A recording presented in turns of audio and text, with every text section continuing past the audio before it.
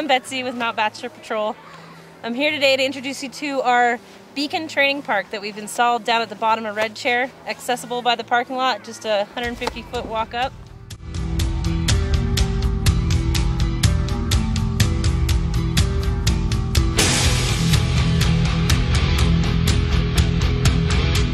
I want to talk a little bit today about safe backcountry travel and traveling in avalanche terrain.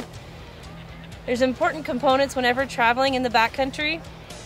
You need to have equipment, friends, and knowledge.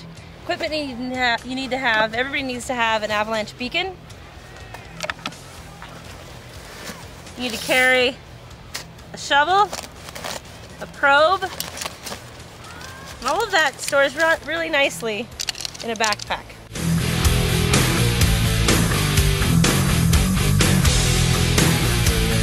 Alright, so I have the equipment necessary in case there is an avalanche and I need to rescue my friend. Another thing you need when traveling in the backcountry is a partner. Never travel alone in avalanche terrain. The best case scenario for saving you is your partner and your companions that are there with you. And the final thing you need is knowledge. And we've brought this here for you today to practice your skills, gain expertise in your beacon use. So what we're going to do is we're going to demonstrate a little bit about the beacon. This is the main control panel right here. We have the ability to turn on up to 4 beacons by flipping a switch. Right now I've got 4 beacons on. It's best just to start with a single burial and get your skills up to speed, and then you can practice on doubles. We also have a stick of bamboo over here with some flagging on it, and that's the start point, what we call the last point scene.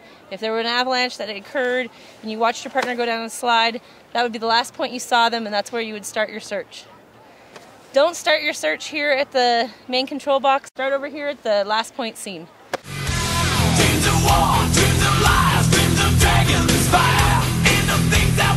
It also has just some brief instructions on signal search, course search, and find search. That's the 3 phases of a beacon search.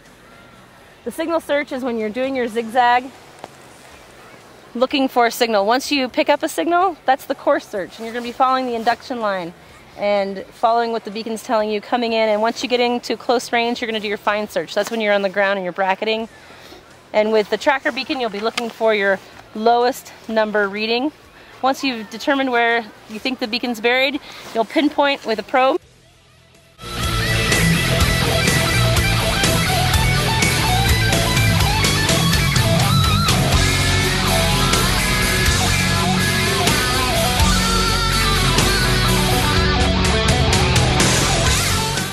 I'd like to point out there are some instructions here talking about how to turn on the beacons. It also states that there's no beacon buried within 10 feet. That's if you get that false reading. All the transmitters are buried with a board over the top. So when you are searching for your beacon, you've located your highest number, your loudest signal, and you get a strike, you'll hear a loud noise, a clunk on a wooden board. Please don't dig up the transmitters. They're there permanently buried for the rest of the season. So a couple of things that we ask you guys is, like I said earlier, don't dig the beacons up, leave the transmitters there.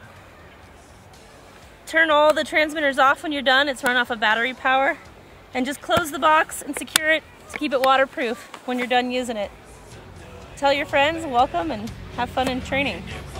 For more information about avalanche safety, you can go to www.backcountryaccess.com/education. This is generally donated to us by Backcountry Access. You can also find out more information on the web at www.avalanche.org, or here in the Northwest, www.nwac.us.